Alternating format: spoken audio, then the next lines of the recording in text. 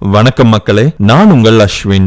புதிய crime thriller நாவலுடன் உங்களை சந்திப்பதில் எனக்கு பெரும் மகிழ்ச்சி. இது ஒரு மர்டர் மிஸ்டரி நாவல். கதை மிகவும் வித்தியாசமாகவும் பரபரப்பாகவும் இருக்கும். ஏஜென்ட் அனுஷ்கா, பாகம் 5, 3 செந்நாய்கள். கதையை கேட்க தயாரா? வாருங்கள், கதைக்குள் போவோம். செந்நிறத்தில் இருந்த குட்டி நாய் தலையை தூக்கி பார்த்தது. இறுக்கமாக இரு கரங்கள் நாயின் கழுத்தை பிடித்தன. சடக்கென்று உடைந்தது கழுத்து. அனுஷ்கா அசையாமல் நாய் கொலையுண்ட சம்பவத்தை அதன் உரிமையாளர் சொல்ல சொல்ல பொறுமையாக கேட்டுக்கொண்டிருந்தாள்.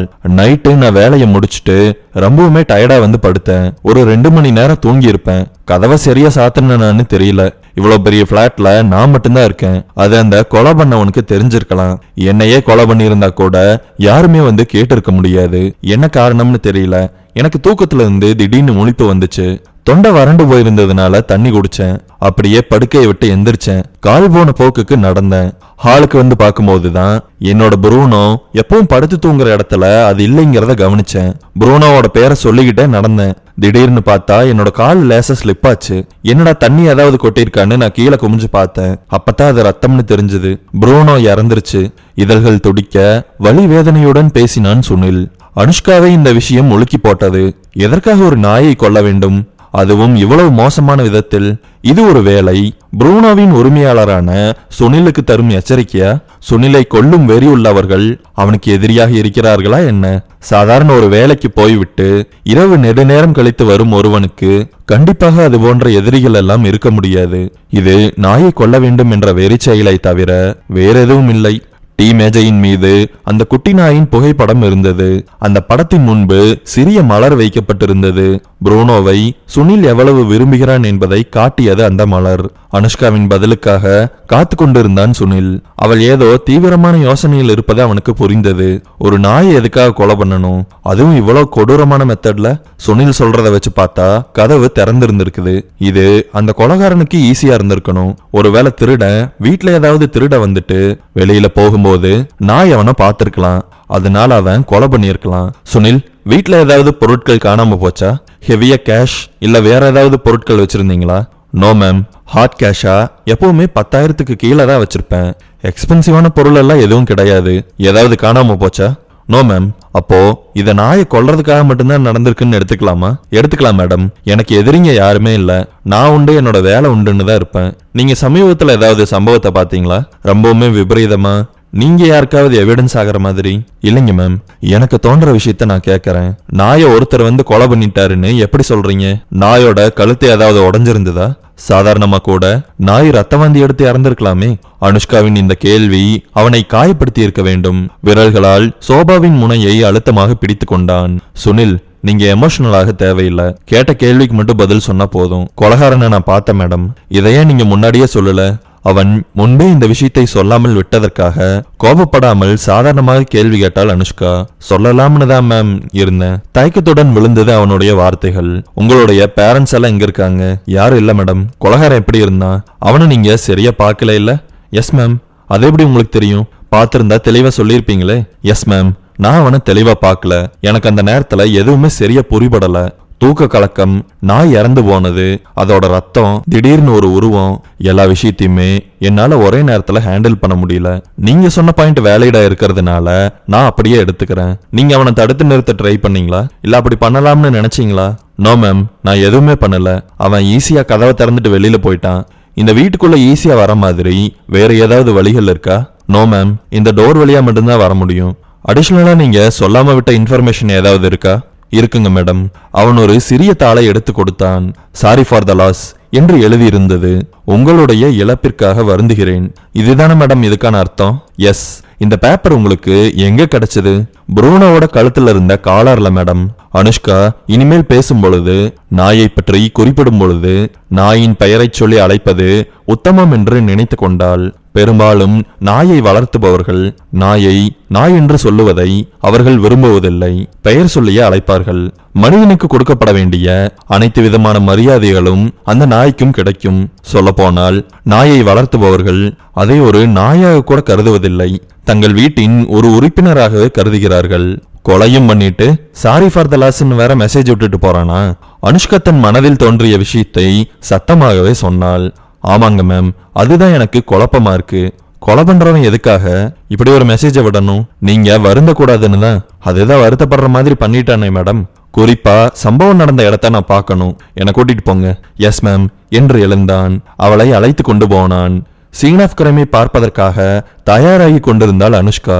அவனை பின்தொடர்ந்து நடக்கும் பொழுது அந்த குட்டி செந்நிற நாயின் முகம் அனுஷ்காவின் மனதில் வந்து வந்து போனது.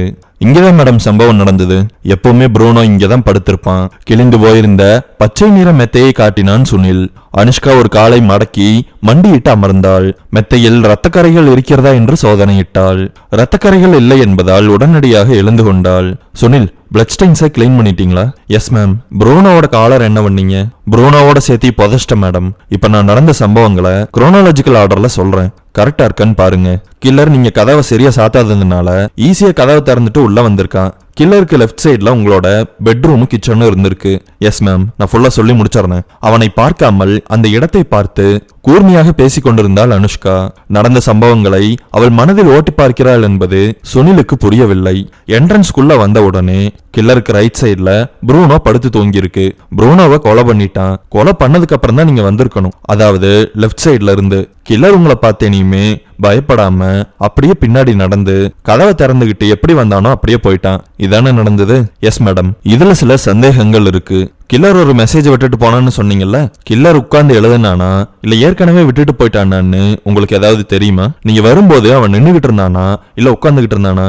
மேடம், நீங்க சொல்ற மாதிரி அவன் அந்த மெசேஜ் இங்க உட்கார்ந்துதான் மேடம் எழுதிக்கிட்டு இருந்தான். இருட்டுல என்ன பண்ணான்னு அப்ப எனக்கு புரியல.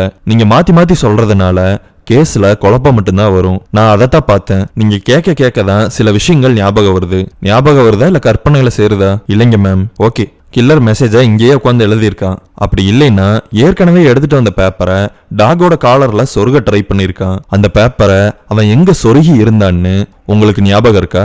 டாகோட காலர்ல பின்னங்கலத்துல சொருகி இருந்தான் மேடம். அதனாலதான் பேப்பர்ல ரத்தமாகல. அடுத்த விஷயம், நீங்க அவனை பார்த்த உடனே கத்தாம விட்டுட்டீங்க. ஓகே, அவன் இந்த ரூமை விட்டு வெளியில போன உடனே நீங்க அவனை ஏதாவது ஃபாலோ பண்ணி போனீங்களா? இல்லைங்க மேடம், நான் ரொம்ப நேரம் ரூமை விட்டு வெளியிலேயே போகல. ப்ரூனோவை பார்த்துக்கிட்டே இருந்துட்டேன். எதிர் பிளாட்ல இருக்கிறவங்களுக்கு ஏதாவது தெரியுமா? தெரியலையே மேடம். அப்புறம் இன்னொரு விஷயம், ப்ரூனோ இங்கதான் படுக்கும்னு கில்லருக்கு எப்படி தெரியும்? கில்லர் ஏற்கனவே உங்களோட வீட்டை விசிட் பண்ணிருக்கணும். அவன் உங்களுக்கு தெரிஞ்ச ஆளா இருக்கணும்ங்கிற அவசியம் கிடையாது. யாராவது ஸ்ட்ரேஞ்சர்ஸ் வந்துட்டு போனாங்களா? இது ஒரு நல்ல கேள்விதான். என் வீட்டுக்கு யாருமே வரமாட்டாங்க மேடம். உங்களோட ஃப்ரெண்ட்ஸ், அவங்களோட ஃப்ரெண்ட்ஸ், அந்த மாதிரி யாராவது வந்தாங்களா? யாருமே வரமாட்டார்கள் என்று அவன் சொல்லிவிட்டான். இருந்தாலும் எதற்காக அனுஷ்கா கேட்டாள் என்றால், கொலைகாரனுக்கு 1 நிமிட அவகாசம் போதும். ப்ரூனோவை பற்றி தெரிந்து கொள்ளலாம். அது தினமும் எங்கே தூங்குகிறது என்றும் அவன் பார்த்து கொள்ளலாம். அதற்காக வந்திருக்கலாம். பதில் சொல்லாமல் முழித்து கொண்டிருந்தான் சுனில். இல்லைங்க மேம், யாருமே விசிட் பண்ணல. நீங்க ஆன்லைன்ல ஆர்டர் பண்ணி ஏதாவது வாங்குவீங்களா? எஸ் மேடம், அது அடிக்கடி நடக்கும். சம்பவம் எப்ப நடந்ததுன்னு சரியா சொல்றீங்களா? அவன் சொன்னான். அவள் வீட்டை விட்டு வெளியே வந்தாள். எதிர் அபார்ட்மெண்டின் கதவை தட்டினாள். ஒரு பெண்மணி வெகு நேரம் கழித்து கதவை திறந்தாள். என் பேர் அனுஷ்கா. எனக்கு சில விஷயங்கள்லாம் தெரியணும். நான் ஒரு பிரைவேட் டிடெக்டிவ். என்ன தெரியணும்? தேவையில்லாமல் எதற்கு அந்த பெண் பதட்டமாகிறாள் என்று புரியாமல் சுனில் குழப்பமான முகத்தை வைத்திருந்தான். இவரோட நாய் இறந்து போச்சு, அதான் தெரியுமே. உங்களுக்கு தெரியுமான்னு கேட்கறதுக்கு நான் வரல. அந்த நாயை யாரோ கொலை பண்ணிட்டாங்க. அவரோட வீட்டுல இருந்து ஒருத்தர் வெளியில வந்திருக்காரு. நீங்க அவன் கொலை பண்ணிட்டு வெளியில போகும்போது பாத்தீங்களான்னு எனக்கு தெரியணும். ஏன்னா நீங்க தானே எதிர் பிளாட்ல இருக்கீங்க. நாங்க எதிர் பிளாட்ல இருக்கோம்ங்கிறதுக்காக நாங்க அதெல்லாம் பார்க்கணுங்கிற அவசியம் இல்லை. இல்ல இல்லதான் மேடம். சரி, அப்ப நான் உள்ள போகிட்டா? அந்த பெண்ணின் கண்களில் ஒரு திருட்டு பதற்றம் தெரிந்தது. சில விஷயங்கள்லாம் சொல்லணும், அதுக்கப்புறம் நீங்க உள்ள போலாம். என்ன டக்குன்னு சொல்லுங்க. இப்போ 2 நிமிஷத்துக்கு முன்னாடி, அதாவது நான் வரதுக்கு முன்னாடி டம்முன்னு நீங்க கதவை சாத்துனீங்க. அது எதுக்காக நான் தெரிஞ்சுக்கலாமா? எங்க வீட்டு கதவு நாங்க எப்படி வேணாலும் சாத்துவோம். நல்ல பதில். சுனிலுக்கு குழப்பமாக இருந்தது. நாயை பற்றி விசாரிக்காமல் வேறு என்னமோ பேசிக்கொண்டிருக்கிறாள் என்றே அவன் நினைத்தான். எல்லா இடத்திற்கும் நேரடியாக செல்ல முடியாது. சில நேரங்களில் குறுக்கு வழியை பயன்படுத்த வேண்டும். அந்த யுக்தியை தான் இப்பொழுது அவள் பயன்படுத்தி கொண்டிருந்தாள். நீங்க டப்புன்னு கதவை சாத்துறதுக்கு 5 நிமிஷத்துக்கு முன்னாடி உங்க வீட்டுக்கு பால்காரன் வந்தான். சிட்டிஸ்ல எல்லாம் ரொம்ப லேட்டா தானே பால் வருது. அவன் உங்க வீட்டு வாசல்ல நின்னு பாலுன்னு கத்துனா. நீங்க கதவை திறந்தீங்க. அதுக்கப்புறம் சத்தம் இல்லாம கதவை சாத்துனீங்க.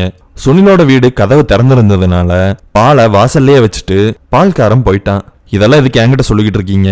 விஷயம் இருக்கு. பால்காரன் வந்தப்போ கதவை மெதுவா சாத்துன நீங்க அதுக்கப்புறம் 2 நிமிஷம் கழிச்சு வேகமா கதவை சாத்துறீங்கன்னா அடுத்ததா வந்த ஆள் யாரு? யாரும் வரல, யாரோ வந்தாங்க. நான் சத்தம் கேட்டு திரும்பி பார்த்தப்போ சுனிலோட ஹால்ல இருந்து நான் அந்த நபரோட காலை பார்த்தேன். யூஸ்வலா உங்க பிளாட்டுக்கு வெளியில தானே எல்லா செருப்பும் கிடக்கும். நான் பார்த்த காலோட செருப்பு இங்க இல்ல. அவர் உள்ளதானே போயிருக்காரு. காலை வச்சு பார்க்கும்போது அவன் ஒரு சின்ன பையன்னு நினைக்கிறேன். ஒரு சின்ன பையன் வீட்டுக்கு வந்திருக்கான்னா நீங்க ஏன் இவ்வளவு பதட்டமா இருக்கீங்க? பதில் சொல்ல முடியாமல் திணறினாள் அந்த பெண். இதோட நிறுத்திக்கலாமா? நிறுத்திக்கலாம் மேடம். என்ன நிறுத்துகிறார்கள் என்று சுனிலுக்கு புரியவில்லை. நீங்க கேட்க வந்ததை கேளுங்க. இப்பொழுது பாவமாக பவ்யமாக பதில் சொன்னாள். நாயை கொலை பண்ணிட்டு கொலகாரன் வெளியில வரும்போது நீங்க அவனை பாத்தீங்களா? நான் பார்க்கல, என்னோட ஹஸ்பண்ட் பார்த்தாரு. அனுஷ்கா இப்பொழுது சுனில் பக்கம் திரும்பினாள். எதற்காக? தலையை சுற்றி மூக்கை தொடுகிறாள் என்று சுனிலுக்கு புரிந்தது. அவன் முகத்தை மறைச்சிருந்தான். என்னோட ஹஸ்பண்ட் சரியா பார்க்கலன்னு சொன்னாரு. ஆனா அவன் வெளியில வரும்போது அவரை இடிச்சுட்டு தான் போனான். அவரு வேலையை விட்டு வந்துட்டு இருந்தாரு. உங்களுடைய ஹஸ்பண்ட் அவரை ஃபாலோ பண்ணி போனாரா? போனாரு. எதுக்காக? இவ்வளவு வேகமா ஒருத்தர் சுனிலோட வீட்டுல இருந்து வெளியில போறான்னு அவர் தெரிஞ்சுக்க ஆசைப்பட்டாரு. மெதுவா அவனை ஃபாலோ பண்ணி போனதுல அவன் ஒரு WA பைக் எடுத்துக்கிட்டு வேகமா போயிட்டாங்கிறத அவர் பார்த்தாரு. இதை தவிர எங்களுக்கு எதுவுமே தெரியாது. உங்க ஹஸ்பண்ட் பெரிய விஷயங்களை எல்லாம் ஈஸியா கண்டுபிடிச்சிருக்காரு, சில விஷயங்களை தவிர. ஒரு சிரிப்புடன் சொல்லிவிட்டு தேங்க்ஸ் மேடம் என்றாள். இப்ப நான் கதவை சாத்திக்கலாமா? நீங்க தாராளமா கதவை சாத்திக்கலாம். அதுக்கு முன்னாடி ஒரு சின்ன கேள்வி கேளுங்க. WA பைக்குங்கிறது ஓகே தான். அது என்ன மாடல்னு தெரிஞ்சா நல்லா இருக்கும். அதெல்லாம் அவர் என்கிட்ட சொல்லலையே. இப்ப போன் பண்ணி கேட்டு சொல்ல முடியுமா? என்னங்க மேடம் நீங்க சொல்லுங்க, 2 நிமிஷம் வேலை தானே. அவர் ஒரு வேலை நம்பரை கூட நோட் பண்ணிருக்கலாம். அதையும் கேட்டு சொல்லுங்க. அனுஷ்கா சிரித்த முகத்துடன் அவளை வெறுப்பேற்றுவது போல் பேசிக் கொண்டிருந்தாள். உள்ளே போன பெண்மணி கைபேசியை எடுத்துக்கொண்டு வந்தாள். நானே உங்க ஹஸ்பண்ட் கிட்ட நேரடியா பேசிக்கிட்டா? நீங்க ரொம்ப பதற்றமா இருக்கீங்க, நீங்களே பேசுங்க. வெறுப்பு முகத்துடன் கைபேசியை கொடுத்தாள் அந்த பெண். ரிங் போனது, அழைப்பு ஏற்கப்பட்டது. சொல்லு சார், என்னோட பேரு அனுஷ்கா. நான் ஒரு பிரைவேட் டிடெக்டிவ். ஏதாவது ஆயிடுச்சா? யாருக்கு? என்னோட ஒய்ஃபுக்கு. இல்லைங்க, நீங்க ஒன்னும் பயப்பட வேண்டியதில்லை. சுனிலோட வீட்டுல ப்ரூனோ இறந்து போச்சு. ஆமா, அந்த கொலகாரனை நீங்க பாத்திருக்கீங்க. சரியா பார்க்கலையா மேடம்? அவர் உடனடியாக அனுஷ்கா எதற்காக வந்திருக்கிறாள் என்பதை புரிந்து கொண்டு வேகமாக பேசினார். அவன் WA பைக்ல ஏறி போனான்னு உங்களோட ஒய்ஃப் சொல்றாங்க. வண்டியோட மாடல் என்னன்னு தெரிஞ்சதுன்னா நல்லா இருக்கும். நீங்க நம்பர் ஏதாவது நோட் பண்ணீங்களா? நம்பர் நோட் பண்ணல மேடம். மாடல் பழைய ஃபீனிக்ஸ் மாடல். உங்க தகவலுக்கு ரொம்ப நன்றி. அவன் வண்டி எடுத்துக்கிட்டு எந்த பக்கமா போனா? பிளாட்ல இருந்து வலது பக்கமா போனா. ஓகே சார், ரொம்ப தேங்க்ஸ். நீங்க ப்ரூனோ எதற்காக கொல்லப்பட்டான்னு கண்டுபிடிக்க வந்திருக்கீங்களா? ஆமா சார். ரொம்ப சந்தோஷம். அந்த பெண் கைபேசியை வாங்கி 2 வார்த்தை சத்தமில்லாமல் பேசிவிட்டு அழைப்பை துண்டித்தாள். உங்களோட ஹஸ்பண்ட் உங்க மேல ரொம்பவுமே பாசமா இருக்காரு. நான் ஒரு டிடெக்டிவ்னு சொன்ன உடனே உங்களுக்கு ஏதாவது ஆயிடுச்சோன்னு பதறினாரு. இதை கேட்டுவிட்ட அந்த பெண் தன் வாயில் உள்ள வெள்ளை சமாச்சாரங்களை அழகாக வெளிப்படுத்தி சிரித்தாள். அனுஷ்கா அதன் பின்பு சுனிலிடம் வந்தாள். மேடம், ப்ரூனோவோட கேஸ் நீங்க எடுத்துக்குவீங்கல்ல? இது என்ன கேள்வி? எனக்கு புரியல. இல்லைங்க மேடம், இது நான் இறந்து போன கேஸ். நீங்க பெரிய பெரிய கேஸ் எல்லாம் ஹேண்டில் பண்ணிருப்பீங்க. அதுக்கு இந்த மாதிரி சின்ன கேஸ் எல்லாம் எடுத்துக்குவீங்களான்னு எனக்கு டவுட்டா இருக்கு. அதுவும் ஒரு நாய் இறந்து போன கேஸ். சுனில், நீங்க பாருங்க, பெரிய கேஸ் சின்ன கேஸ்ன்னு எதுவுமே கிடையாது. எனக்கு கிரிமினாலஜி சொல்லி கொடுத்தவங்க அப்படிதான் சொல்லி கொடுத்துருக்காங்க. அப்புறம் இன்னொரு முக்கியமான விஷயம், மனுஷனா இருந்தாலும் சரி, நாயா இருந்தாலும் சரி, அநீதி யாருக்கு நடந்தாலும் அநீதி தான். Thank you ma'am. உங்களுக்கு எவ்வளவு நான் பணம் கொடுக்கணும்? கேஸ் முடிஞ்சதுக்கு அப்புறம் கொடுத்தா போதும். அப்புறம் உங்களுக்கு எப்படி என்ஹான்ஸ் டிடெக்டிவ்ஸை பத்தி தெரியும்? ஒரு கான்ஸ்டபிள் தான் உங்களை பத்தி சொன்னாரு. சரியான இடத்துக்கு தான் வந்திருக்கீங்க. காசை விட கேஸ்ல கான்சென்ட்ரேட் பண்ற ஆளுங்க நாங்கன்னா நீங்க மட்டும்தான் வேலை செய்யறீங்கன்னு நினைச்சேன். உங்களுக்கு யாராவது கோ டிடெக்டிவ் இருக்காங்களா? இருக்காங்க, நாடு முழுவதும். ஃபர்தரா ஏதாவது டீடைல் தேவைன்னு நான் உங்களுக்கு கூப்பிடுங்க மேடம். அனுஷ்கா அபார்ட்மெண்ட்டுக்கு வெளியே வந்தாள். கைபேசியை எடுத்து டாக்டர் ஸ்டீஃபனுக்கு அழைத்தாள். ஹலோ ஸ்டீஃபன், என்ன பண்ணிக்கிட்டு இருக்க? ஒரு நகத்தை சோதனை போட்டு பாத்துக்கிட்டு இருக்கேன். பாரு, நல்லா பாரு. எனக்கு ஒரு வேலையாகணும், அதுக்காக தான் கால் பண்ணேன். வேலையாகணும்னு தானே நீங்க எல்லாம் கால் பண்ணுவீங்க. நீங்க எல்லாம்னா நீ, ஆதித்ய விக்ரம், ஸ்வேதா எல்லாரையும் தான் சொல்றேன். என் தலைவரை பத்தி தப்பா பேசின வந்து உன்னோட மூஞ்சியிலே ஒன்னு வச்சிருவேன். நான் ஒரு ஃபாரன்சிக் டாக்டர். அந்த மரியாதை சுத்தமா இல்லாம நடந்துக்கிற ஒரே ஆளு நீ மட்டும்தான். விடி ஸ்டீஃபா, நான் ஒரு கேஸுக்காக வந்தேன். சொல்லு, யார கொலை பண்ணாங்க? ஒரு நாயோட பேரு ப்ரூனோ. அப்படியா? மறுபக்கத்தில் ஸ்டீஃபன் தீவிரமாவது தெரிந்தது. ஃபுல் டீடைல் சொல்லு. மொத்த விவரத்தையும் சொல்லி முடித்தாள். ஸ்டீஃபன் பொறுமையாக கேட்டுக்கொண்டிருந்தார். பொறுமை என்றால் மீறிய பொறுமை. அவள் பேசி முடித்த பிற்பாடும் கூட அமைதியாகவே இருந்தார். யோ ஸ்டீஃபா, நான் என்ன கதையா சொல்லிக்கிட்டு இருக்கேன்? இரு, ஒரு நிமிஷம் நான் யோசிச்சு பார்த்துக்கிட்டு இருக்கேன். காலேஜில் டாக் சம்பந்தமான லெசனை எடுக்கும்போது நீ லீவ் போட்டுட்டியா? இப்பதானே அமைதியாருன்னு சொன்னேன். சிரித்துக்கொண்டே அமைதியாக இருக்க தொடங்கினாள் அனுஷ்கா. ஒரு நிமிடம் மௌனத்திற்கு பிறகு அவர் பேசினார். நாய கழுத்தை நெரிச்சு கொண்டுட்டாங்கன்னு தானே நீ சொல்ற? ஆமா. கில்லர் எவ்வளவு ஸ்ட்ரென்த்தோட இருக்கிறவன்னு எனக்கு தெரியணும். அதுக்காக தான் உனக்கு கால் பண்ணேன். ஒரு நாயோட கழுத்தை நெரிச்சு கொலை பண்ணணும்னா அதுக்கு பயங்கரமான ஸ்ட்ரென்த் தேவைப்படும். சும்மாவெல்லாம் கொலை பண்ண முடியாது. நாய் எவ்வளவு ஃபியூரிஸ் ஆனதுன்னு உனக்கே தெரியும். ஈஸியா நாயை ஹேண்டில் பண்ண தெரிஞ்ச ஒரு ஆள் மட்டும்தான் இப்படி பண்ணிருக்கணும். பயங்கரமான எனர்ஜியும் கட்டுக்கடங்காத ஸ்ட்ரென்த்தும் வேகமும் வேணும். இதெல்லாம் ஒரு சேர இருந்தா மட்டும்தான் ஒரு நாயோட கழுத்தை நெரிக்க முடியும், நெரிச்சு கொலை பண்ண முடியும். அப்ப நான் தேடிக்கிட்டு இருக்கிற ஆளு ரொம்பவுமே ஸ்ட்ராங்கானவன். ஆமா, அதுல உனக்கு சந்தேகமே வேண்டாம். நாய் ஏதாவது பாய்சன் பண்ணப்பட்டிருக்கா?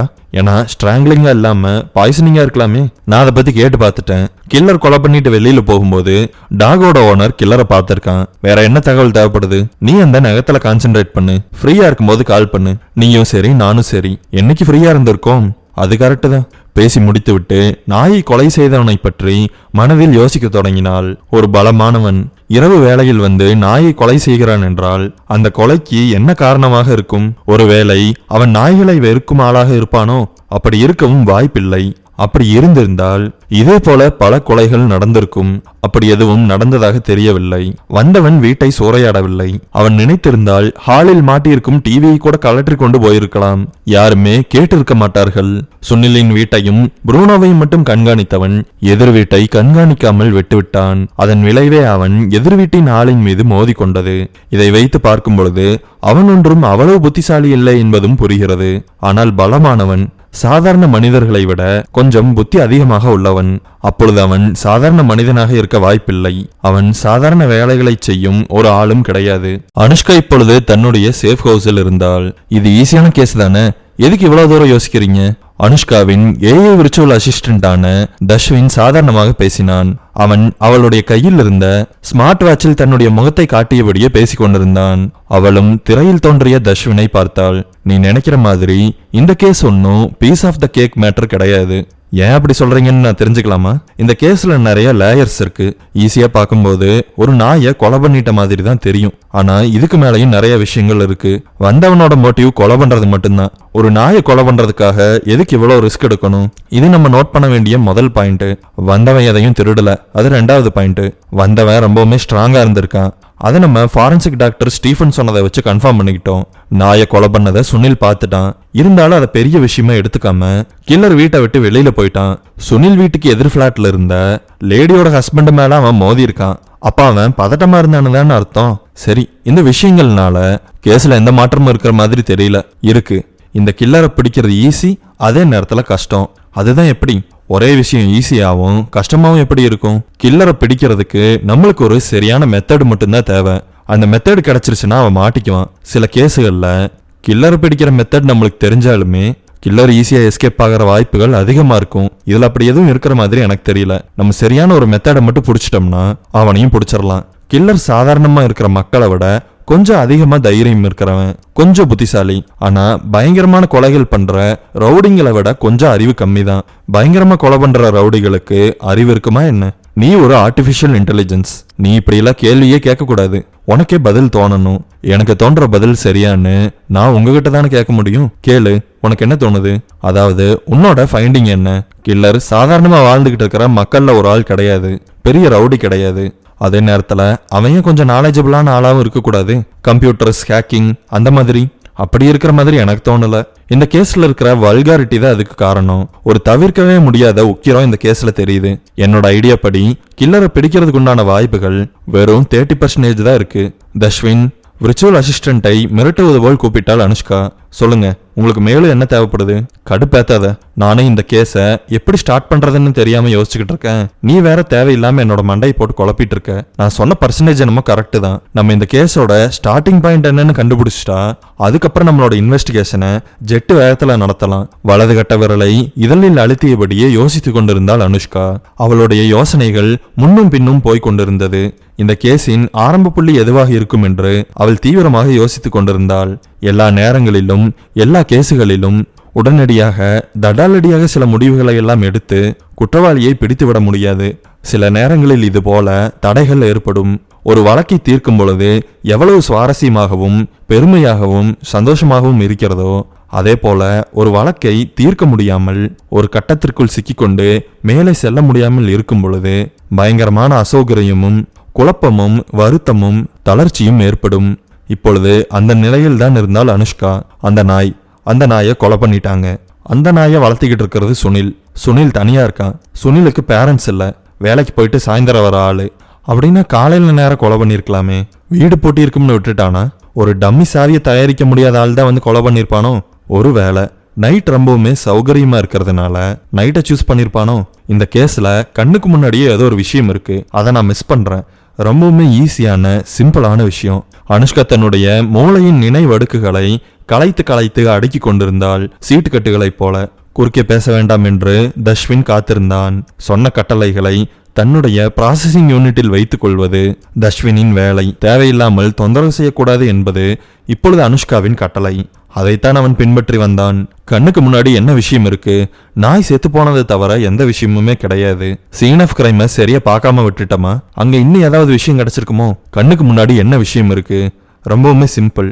அமைதியா இரு, உனக்கு உண்டான ஆன்சர் கிடைக்கும். நல்லா மூச்சை இழுத்து விடு. கண்ணுக்கு முன்னாடி என்ன விஷயம் இருக்கு? மிகவும் அமைதியாக ஆழமாக யோசித்து பார்த்தால் அந்த நாயை தவிர அவளுக்கு எதுவுமே தோன்றவில்லை.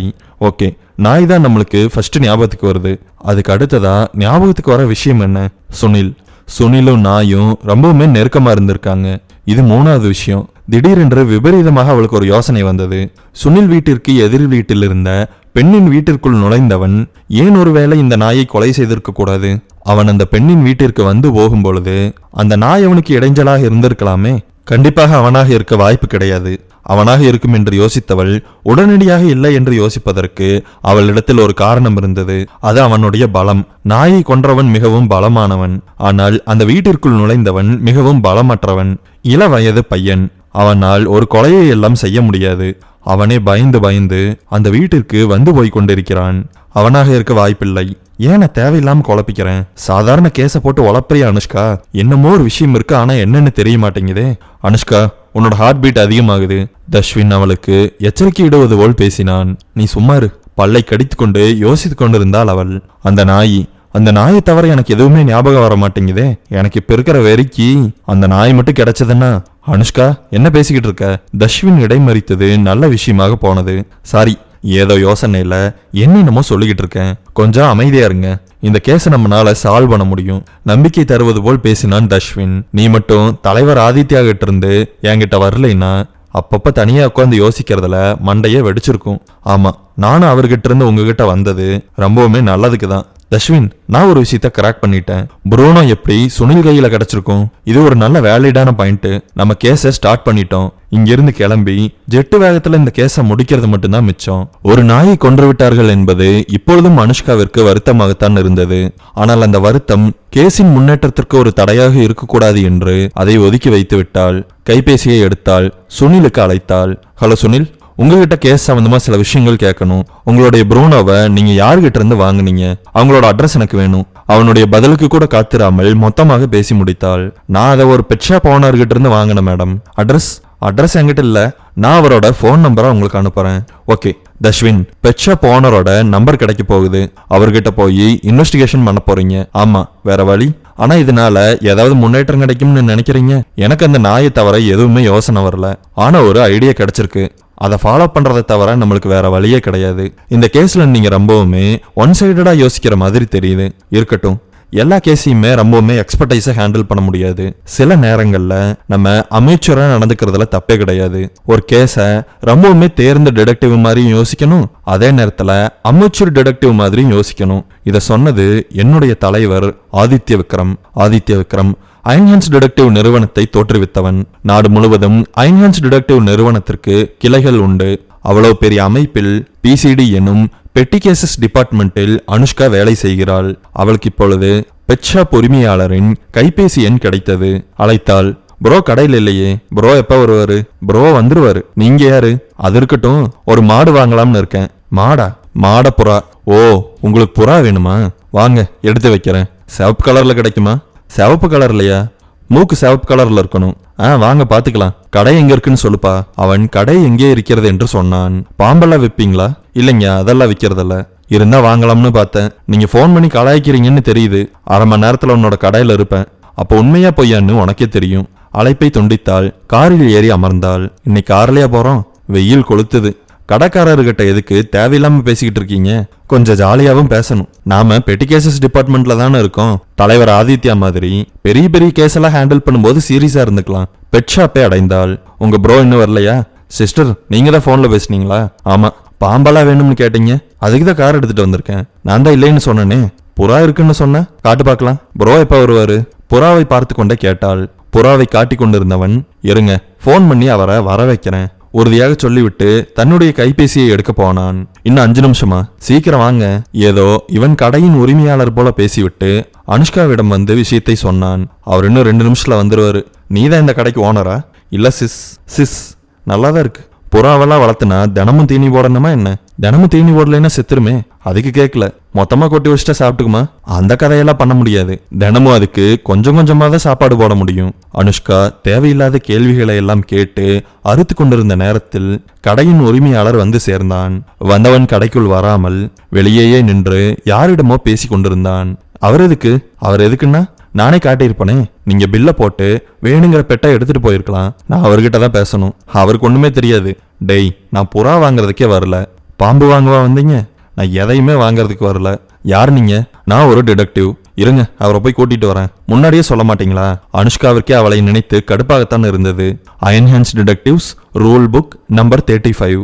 ஒரு டிடெக்டிவ் தேவையில்லாமல் நேரத்தை விரயப்படுத்தக்கூடாது. அந்த விதியைத்தான் இப்பொழுது அவள் மீறி இருந்தாள். உங்களுக்கு என்ன வேணும்? என் பேர் சோமன்.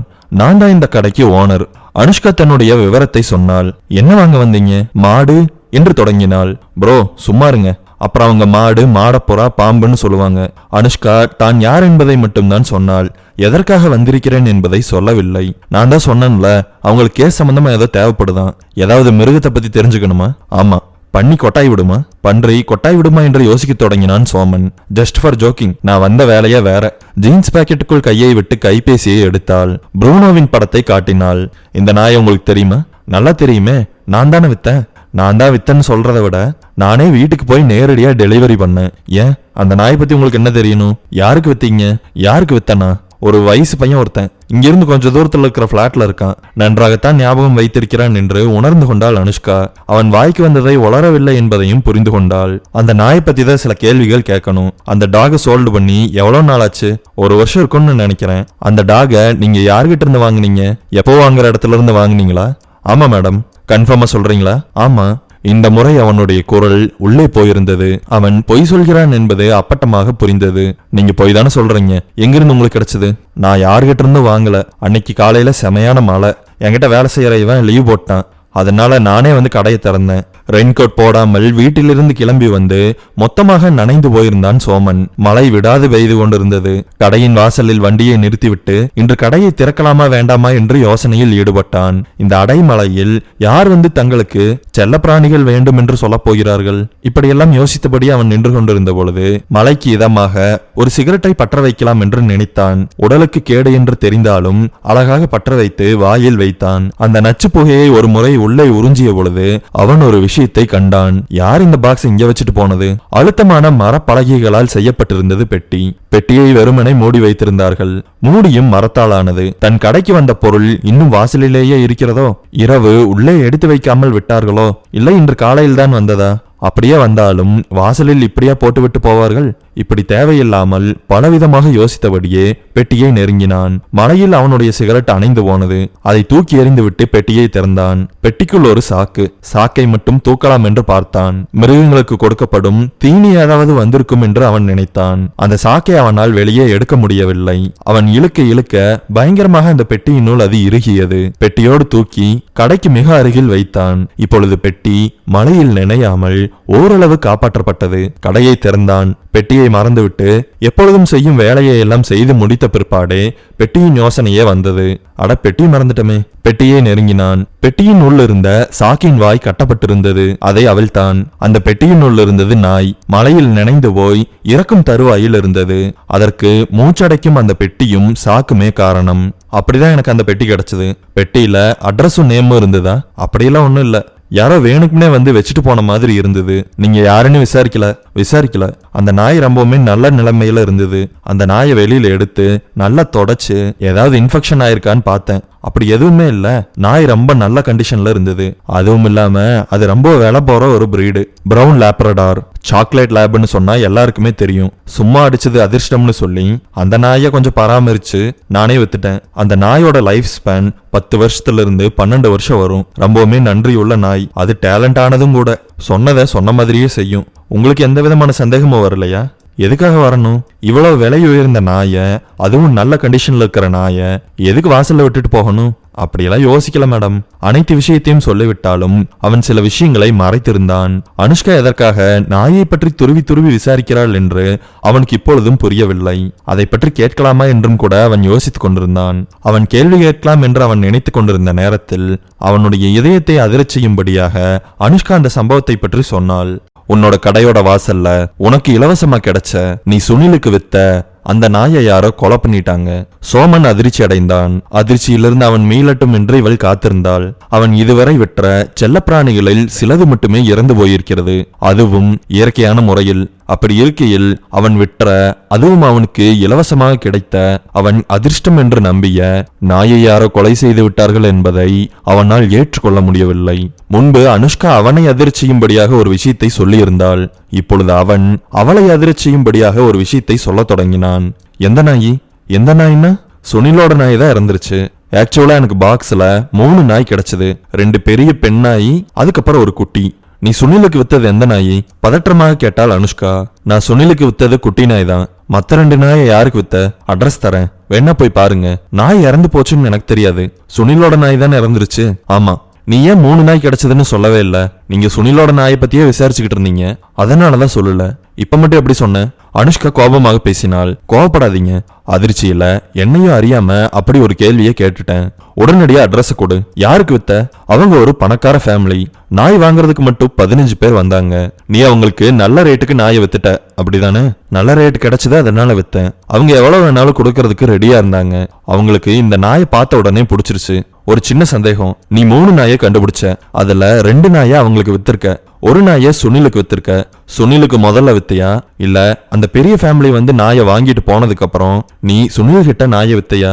நான் சொன்ன விஷயத்துல சின்ன குழப்பம் இருக்கு. சோமன் கைகளை பிசைந்து கொண்டான். 3 நாயையுமே அந்த பெரிய ஃபேமிலிக்கு தான் வித்தேன். அப்புறம் எப்படி அது சுனில் கிட்ட போச்சு? நான் அந்த 3 நாயை வித்து 1 வாரம் கழிச்சு ஒரு நாயை கொண்டு வந்து அவங்க கொடுத்துட்டு போயிட்டாங்க. என்ன ஏதுன்னு விசாரிச்சு பார்த்தேன், அவங்க எதுவுமே சொல்லல. பணத்தை திருப்பி கேட்டாங்களா? இல்ல. நீ நல்லா லாபம் பார்த்திருக்க, அப்படி சொல்லலாம். ஆனா நான் வேணுக்குன்னே லாபம் பார்க்கல, எல்லாமே தானா தான் நடந்தது. உனக்கு ரிட்டர்ன் வந்த டாக தான் நீ வந்து சுனிலுக்கு வித்திருக்க. கரெக்டா தான் சொல்றீங்க. நீ எதுக்காகன்னு கேட்டும் அவங்க சொல்லலையா? இல்ல நீ அதையும் மறைச்சு வச்சிருக்கியா? இல்ல மறைக்கல, ஏன்னா நீ ஒவ்வொரு விஷயமா தானே சொல்ற, அதனாலதான் கேட்டேன். அட்ரஸ் எடு, நான் அவங்க வீட்டுக்கு போகணும். அவங்கள அவ்வளவு சீக்கிரமால போய் பார்க்க முடியாது. அதை பத்தி உனக்கு என்ன கவலை? நீ அட்ரஸ் எடு. பணக்கார குடும்பத்தின் முகவரியை வாங்கி கொண்டாள். அந்த பெட்டியில உனக்கு 3 நாய் தான் கிடைச்சதா, இல்ல அதுக்கு மேலேயே இருந்ததா? 3 நாய் தான் இருந்தது. நீ பெட்டியை திறக்கிறதுக்கு கொஞ்சம் லேட் பண்ணிருந்தாலும் அதெல்லாம் செத்துருக்கும், அப்படிதானே? அது உண்மைதான். இப்பவாவது எல்லா உண்மையும் சொன்னையே. அனுஷ்கா முகவரியை பெற்றுக்கொண்டு தன்னுடைய வண்டியை நோக்கி திரும்பினாள். வேகமாக நடந்தாள். அவளுடைய மனதில் பலவிதமான யோசனைகளும் புரூனோவின் முகமும் வந்து வந்து போனது. கடையில் வேலை செய்து கொண்டிருக்கும் பையன், ப்ரோ இவ்வளவு பெரிய விஷயமெல்லாம் நடந்திருக்கு, என்கிட்ட நீங்க அதை பத்தி எதுவுமே சொல்லலையே. இப்ப கேட்ட இல்ல, அதுதான் நடந்தது. என்ன ப்ரோ, நாயை கொலை பண்ணிட்டாங்கன்னு சொல்றாங்க? அதான்டா எனக்கு ஒண்ணு புரியல. நம்மளுக்கு ஃப்ரீயா கிடைச்ச ஒரு நாயை எதுக்காக தேடி போய் ஒருத்தன் கொலை பண்ணணும்? ஒருவேளை ஃப்ரீயா கொடுத்தவனே கொலை பண்ணிருப்பானோ? இந்த விஷயத்த நீங்க சிசு கிட்ட சொல்லிருக்கலாமே. அவங்க வரும்போது பேசுனதுக்கும் இப்ப அவங்க கண்ணுல இருக்கிற கோபத்தை பத்தியா? ஆமா ப்ரோ, ஆளை மாறிட்டாங்க. நம்ம கிட்ட எதையுமே சொல்லாம போயிட்டாங்க. அனுஷ்கா முகவரியில் இருந்த வீட்டை அடைந்தாள். 90% கண்ணாடியாலான அறையில் அமர்ந்திருந்தாள். வீட்டில் யார் இருக்கிறார்கள் என்று தெரியவில்லை. யாரையோ அழைத்து போகிறேன் என்று சொன்னார்களே தவிர யாரை அழைத்து வருகிறோம் என்று சொல்லவில்லை. ஒரு தவிர்க்க முடியாத காத்திருப்பிற்கு பின்பு ஒரு உயரமான வயதான பெண்மணி வந்தாள். என்னம்மா, என்ன வேணும்? நீங்க யாரு? கனிவாக பேசினாள். அனுஷ்காவிற்கு எப்படி தொடங்குவது என்று தெரியவில்லை. வந்ததிலிருந்து அவள் எந்த நாயையும் பார்க்கவில்லை. அது வேறு மூலையில் ஒரு பக்கம் தனியாக ஓடிக்கொண்டிருந்தது. தன் பெயரை சொல்லி விவரத்தை சொன்னாள். நீங்க பெட் ஷாப்ல இருந்து 3 நாய் வாங்கியிருக்கீங்க, அதுல ஒரு நாயை ரிட்டர்ன் கொடுத்துட்டீங்க. ஏன்னு அழுத்தி கேட்டாலும் அதுக்குண்டான காரணத்தை நீங்க சொல்லலைன்னு பெட்ஷாப் ஓனரான சோமன் சொல்றாரு. அது ஏன்னு இப்போ நான் தெரிஞ்சுக்கிட்டே ஆகணும். தெரிஞ்சாதான் இந்த கேஸ்ல என்னால ஏதாவது பண்ண முடியும். நீங்க திருப்பி கொடுத்த நாயை சோமன் இன்னொருத்தருக்கு வித்திருக்காரு. அந்த நாயை யாரோ கொலை பண்ணிட்டாங்க. அந்த நாயையும் கொலை பண்ணிட்டாங்களா? இவ்வளவு நேரம் அமைதியாக இருந்த அந்த பெண் வெடுக்கென்று கேள்வி கேட்டாள். அப்போ உங்ககிட்ட இருந்த 2 நாயை இறந்துருச்சா? எங்க கிட்ட இருந்த நாய்களும் கொலை செய்யப்பட்டுருச்சு. வாங்க, நான் கூட்டிட்டு போய் காட்டுறேன். எதை காட்டப் போகிறார்கள் என்று தெரியாமல் அந்த வயதான பெண்மணியை பின்தொடர்ந்தாள் அனுஷ்கா. 3 நாயுமே இறந்துருச்சா? மனதிற்குள் யோசித்தபடியே நடந்ததால் அந்த பெண் மீது மோதி விட்டாள். சாரி, நான் சொல்லியிருக்கணும். நடந்துகிட்டு இருக்கும் போதே நின்னுட்டேன். இங்க பாருங்க, ஒரு மேஜை மீது 2 படங்கள் வைக்கப்பட்டிருந்தது. இரண்டுமே நாயின் படங்கள். செந்நிறத்தில் அழகாக இருந்தது. நாயின் படங்களுக்கு மலர் வைத்திருந்தார்கள். எதுக்கு அந்த நாய்களை பத்தி தெரிஞ்சுக்கணும்? அதுதான் எல்லாம் இறந்துருச்சு. இந்த நாய்ங்க இறந்து எவ்வளவு நாள் ஆச்சு? இது இறந்து 1 வருஷம் ஆச்சு. கன்ஃபார்மா? இதுல கன்ஃபார்ம் பண்றதுக்கு என்ன இருக்கு? இந்த 2 நாயும் இறந்துட்டதுனாலதான் நீங்க அந்த குட்டி நாயை ரிட்டர்ன் பண்ணிட்டீங்களா? அனுஷ்கா கேட்ட கேள்விக்கு ஆமோதிப்பது போல் தலையசைத்தாள் அந்த பெண். அனுஷ்கா நெற்றியை அழுத்தமாக பற்றினாள். அந்த நாயின் படங்களை ஒரு முறை பார்த்தாள். அவளுக்கு கோபமாக வந்தது. நீங்க ஏன் போலீஸ்ட கம்ப்ளைண்ட் பண்ணல? எங்க வீட்டுக்குள்ளேயே வந்து ஒருத்த நாயை கொலை பண்ணிட்டு போயிட்டாங்கிற விஷயம் வெளியில தெரிஞ்சதுன்னா அது எங்களை மாதிரி ரிச்சான ஃபேமிலிக்கெல்லாம் கெட்ட பேரு தானே. சொல்லாம விட்டு உங்களுக்கு ஏதாவது பிரச்சனையா இருந்ததுன்னா நீ வாமா. நீ கொஞ்சம் பதட்டமா இருக்கேன்னு நினைக்கிறேன். நான் ஒன்னும் பதட்டமா இல்ல, கோபமா இருக்கேன். நீ முதல்ல உட்காருமா. அனுஷ்காவிற்கு ஆரஞ்சு பழச்சாறு கொடுக்கப்பட்டது. குடிக்க மனம் இல்லாமல் ஏதோ யோசனையில் இருந்தால், இங்க பாருங்கம்மா, நீங்க 1 வருஷம் முன்னாடி இறந்து போன நாயை பத்தி எதுக்கு விசாரிக்க வந்தீங்கன்னு தெரியல. வந்தப்ப இருந்ததை விட நீங்க ரொம்பவுமே கோபமா இருக்கீங்க. என்னன்னு சொன்னதானே எனக்கும் தெரியும். என்னோட டைம் ரொம்ப வேல்யூபிள் ஆனதுதான். அனுஷ்கா தன் சொந்த உணர்வுகளை தாண்டியும் விசாரிக்க வேண்டிய கட்டத்தில் இருக்கிறாள் என்பது புரிந்தது. அன்னைக்கு என்ன நடந்ததுங்கிறத அப்படியே சொல்லுங்க. 2 நாயுமே ஒரே நேரத்துல கொலை செய்யப்பட்டுச்சா, இல்ல வெவ்வேறு டைம்ல கொலை செய்யப்பட்டுச்சா? அப்புறம் இன்னொரு விஷயம், நீங்க கொலைகாரனை பாத்தீங்களா? நான் கேட்ட எல்லா கேள்விக்கும் பதில் சொல்லுங்க. அன்னைக்கு நாங்க பிக்னிக் கிளம்பிக்கிட்டு இருந்தோம். எங்க ஃபேமிலியில 20 பேர் இருக்காங்க. எங்க வீட்டு குழந்தைகளுக்காக வாங்கினதுதான் அந்த 3 நாயுமே. அதுக்கு முன்னாடி நாய் வளர்த்துற பழக்கமெல்லாம் எங்களுக்கு கிடையாது. குழந்தைங்க அடம்பிடிச்சதுனாலதான் வாங்கி கொடுத்தோம். ஆனா வாங்கி கொடுத்த 1 வாரத்திலேயே அந்த சம்பவம் நடந்தது. அன்னைக்குதான் நாங்க பிக்னிக் கிளம்பணும். எப்படி நடந்தது மேடம்? சொல்றேன். அந்த நாளை நினைச்சா இன்னுமே கஷ்டமா தான் இருக்கு. அம்மா, அவன் வரமாட்டேங்கிறான். அவன் வரலைன்னா விட்டுட்டு கிளம்பி வாங்க. அவனுக்கு யார் சாப்பாடு போடுவா? ஒரு நாள் சாப்பிடலைன்னா எதுவும் ஆக போறதில்ல. சும்மா விளையாடாதீங்கப்பா. இங்க சர்வன்ட்ஸ் இருக்காங்கல்ல, அவங்க பாத்துக்குவாங்க. அவன் நான் கொடுத்தாதான் சாப்பிடுவான். எப்பவுமே நீ அவன் கூட இருக்க முடியாதுல்ல. அவர்கள் நாயை பற்றி தான் பேசிக் கொண்டிருந்தார்கள். நீ போமா, நாங்க சாப்பாடு வைக்கிறோம். இல்லக்கா, அவன் நான் வச்சா மட்டும்தான் சாப்பிடுவான். அழுத்தமாக சொன்ன விஷயத்தையே சொல்லி கொண்டிருந்தாள் அவள். அதற்கு தகுந்தாற் போல அந்த நாய் அவளுடைய காலை பற்றி இழுத்து கொண்டிருந்தது. இப்ப நீ வரமாட்ட, அதுதானே? ஆமா, நான் வந்துட்டா இவன் என்ன பண்ணுவான்? ஒரு நாய்க்காக நீ பிக்னிக்கே வேஸ்ட் பண்ற. அவனை நாயின்னு சொல்லாதீங்க. அவனுக்கு ஒரு நல்ல பேரா வை. அதைத்தான் யோசனை பண்ணிக்கிட்டு இருக்கேன். பேரு வைக்கிறதுக்குள்ளேயே அவன் எனக்கு ஃப்ரெண்ட் ஆயிட்டான். உன்ன மாதிரி தான் அவங்க 2 பேரும் நாயோடய சுத்திக்கிட்டு இருக்காங்க. உங்களுக்கெல்லாம் நாய் வாங்கி கொடுத்ததே வேஸ்ட். பிக்னிக் வரலைன்னா என்ன? இங்க என்ன பாத்துக்க ஆளுக இருக்காங்க. என்னமோ பண்ணு. ஆனா ஒரு விஷயம், எப்பவுமே நாய்க்காக இப்படியே இருந்துகிட்டே இருக்க முடியாது. அனைவரும் வீட்டின் கடைக்குட்டி பெண்ணையும் குட்டி நாயையும் விட்டு விட்டு போனார்கள். இவளை பாரு, சென்ட் ஆஃப் பண்றதுக்கு கூட வீட்டை விட்டு வெளியில வரமாட்டேங்கிறா. நீ ரொம்ப கவலைப்படாத. குழந்தைங்க தானே, எல்லாம் சரியாயிரும். குழந்தைன்னு தான் இந்த 2 எருமைங்களை செல்லம் கொடுத்து கெடுத்துட்டீங்க. இதை கேட்டுவிட்டு முகத்தை 2 வெவ்வேறு திசையில் வைத்திருந்தார்கள் 2 இளைஞர்கள். ஏதாவது சொன்னா முகத்தை அப்படியே திருப்பி வச்சுக்கோங்க, வேலை முடிஞ்சிரும். ஒரு வழியாக மாற்றி மாற்றி அந்த இளைஞர்களை திட்டி தீர்த்தபடியே பீச் ஹவுஸை அடைந்தார்கள். போய் வேகமா செட்டப் பண்ணுங்கடா, ஏற்கனவே லேட்டு. பண்ணிடுறம்மா. அந்த 2 இளைஞர்களும் வேகமாக ஒரு மூட்டையை எடுத்துக்கொண்டு போனார்கள். என்னடா மூட்டை இது? பார்பிக்யூ பண்றதுக்கு கறி மூட்டை. இதெல்லாமா அவங்ககிட்ட சொல்லணும்? பார்த்தாலே தெரிஞ்சுக்க வேண்டாம்? டேய், அவங்கெல்லாம் வரதுக்குள்ள ஒரு கட்டிங் போடலாமா? கட்டிங்கா? வேணாண்டா, நான் எடுத்துட்டு வந்திருக்கேனே. சரி, அப்படி வை. சிக்கனை சமைச்சதுக்கு அப்புறம் சாப்பிட்டுக்கலாம். அதுக்குள்ள அவங்கெல்லாம் வந்துருவாங்க. இப்பவே குடிச்சா எல்லாத்துக்கும் தெரிஞ்சிரும். எப்பொழுது குடித்தாலும் உடல் நலத்திற்கு தீங்கான மதுவை அவர்கள் சிறிது நேரம் தள்ளி குடிக்கலாம் என்று முடிவு செய்தார்கள். பெரிய அடுப்பு போன்ற இருந்த அமைப்பில் கறி துண்டங்களை அள்ளி கொட்டினான் இருவரில் ஒருவன். அதற்கு நெருப்பு மூட்டினார்கள். பொறுமையாக பற்ற வைத்தார்கள். இப்பொழுது அந்த கறி துண்டுகள் நெருப்பு கங்குகளாக மாறி இருந்தது. ஏய், எத்தனை கிரில் வாங்கிட்டு வந்த? 10டா. 9 தான் கிடைச்சதுன்னு சொல்லிரு. இப்போ ஒரு கிரில்ல விட்டு மாட்டிடலாம். அதுவும் சரிதான். யாராவது தங்களை பார்க்கிறார்களா என்று பார்த்தபடியே கோழிக்கறியை சமைக்க தொடங்கினார்கள். ஏற்கனவே மசாலா எல்லாம் போடப்பட்டு கோழி தயாராக இருந்தது. அதை எடுத்து அடுப்பின் மேல் காட்டியபடியே கறியை ஒரு குச்சியில் குத்தி சுழல விடப்பட்டது. தயார் என்ற நிலையில் அதை எடுத்து தட்டில் வைத்தார்கள். உடலுக்கு தீங்கான விஸ்கியை 2 கண்ணாடி டம்ளர்களில் ஊற்றிக்கொண்டார்கள். சீக்கிரம்டா, லேட் ஆகுது. சீக்கிரம்னா இது வேற சுடுதே. சாப்பிட்டுடா, வந்துட போறாங்க. இத வாயில கவிழ்த்திக்கிறதுக்கு எவ்வளவு நேரமாக போகுது? சிக்கனை கடித்தார்கள், குடித்தார்கள். அதற்குள் குடும்பத்தில் இருந்தவர்கள் மெல்லமாக வரத் தொடங்கினார்கள். டேய், அவங்க வராங்கன்னு நினைக்கிறேன். இதுக்குதான் அப்புறமேல் வச்சுக்கலாம்னு சொன்னேன். எல்லாரும் தூங்குனதுக்கு அப்புறம் ஸ்டார்ட் பண்ணிருந்தா இந்த பிரச்சனை எல்லாம் இருந்திருக்காது. டேய், நடந்து முடிஞ்சதை விடு. இப்ப என்ன பண்ணலாம்னு யோசி. இரு, சரக்கு பாட்டிலை எடுத்து நான் அடுப்புக்கு கீழே வச்சிடறேன். சொல்லிவிட்டு வேகமாக திரும்பியவன் அந்த பாட்டிலை அவனையும் அறியாமல் தட்டிவிட்டான். அவர்கள் சிக்கன் வைத்திருந்த தட்டில் பாட்டில் சரிந்து விழுந்தது. பாட்டிலினுள் இருந்த மது சிக்கனில் கலந்தது. அடச்சை, என்னடா இப்படி ஆயிருச்சு? டேய், அவங்க வந்துகிட்டு இருக்காங்க. காலி பட்ல இருந்தாலும் பரவாயில்ல, ஒளிச்சு வை. ஒருவன் சொன்னதைப் போலவே மற்றவன் செய்தான். அதற்குள் அவர்களுடைய பிரியமான நாய்கள் சிக்கனை கவி இழுத்தது. அச்சச்சோ, இந்த சிக்கனை சாப்பிடக்கூடாது. என்ன சாப்பிடக்கூடாது என்று கேட்டபடியே குடும்பத்தில் இருந்தவர்கள் வந்து விட்டார்கள். ஒன்னில்லையே, இவர்கள் இருவரும் தட்டு வைத்திருந்த மேஜையை மறைத்தார்கள். அதற்குள் நாய்கள் சிக்கனை எடுத்துக்கொண்டு ஓடிவிட்டது. என்னடா, அதுங்க 2 சிக்கனை தூக்கிட்டு போற மாதிரி தெரியுது. ஐயோ, அப்படியா? பரவாயில்ல, இன்னும் 10 இருக்கு. ஒருவன் இன்னொருவனின் காலை மிதித்தான். இல்ல, 9 தான் இருக்கு. 2 பேர் மொழியே சரியில்லையே. ஃபயர் வுட் கிரியேட் பண்ண சொன்னேன்ல, சாரி, அதை மறந்துட்டோம். வேகமாக நெருப்பு மூட்டினார்கள். அதன் மீது கட்டைகளை போட்டார்கள். ரம்யமான இசையை ஒலிக்கச் செய்தார்கள். குடும்பத்தில் இருந்தவர்கள் ஆடினார்கள், பாடினார்கள், வயிறு நிறைய சாப்பிட்டார்கள். ஆரவாரங்கள் எல்லாம் ஓய்ந்த பிற்பாடுதான் நாயை பற்றிய கவனமே இருவருக்கும் வந்தது. டேய், நாயை பத்தியே மறந்துட்டோமே, இப்ப சொல்ற? சரி வா, போய் பார்க்கலாம். டேய், ஒரு நிமிஷம் நில்லு, அசையாத. தேவையில்லாம என்ன பிராங்க் பண்ணாத. பிராங்க் இல்ல, அங்க யாரோ நிக்கிற மாதிரி இருக்கு. டேய், அங்க பாருடா, வா சீக்கிரம் அங்க போலாம். இருவரும் பார்ட்டி நடந்த இடத்தை தாண்டி 10 அடி ஓடினார்கள். ஹேய், என்ன பண்ணிட்டு இருக்க? அங்கே ஒருவன் அமர்ந்து நாயின் கழுத்தை திருகி கொண்டிருந்தான். யாரு சத்தம் போடாதீங்க, நான் வந்த மாதிரியே போயிருவேன். யாரு நீ? இங்க பாருங்க, உங்களுக்கு எனக்கு சம்பந்தம் கிடையாது. ஏய், முதல்ல நீ நாய்கிட்ட இருந்து தள்ளி வா. அவன் எழுந்ததும் அவனுடைய மடியில் இருந்த நாய் தொப்பென்று தலை தொங்க விழுந்தது. நாயை நீ என்ன பண்ண? Sorry for your loss.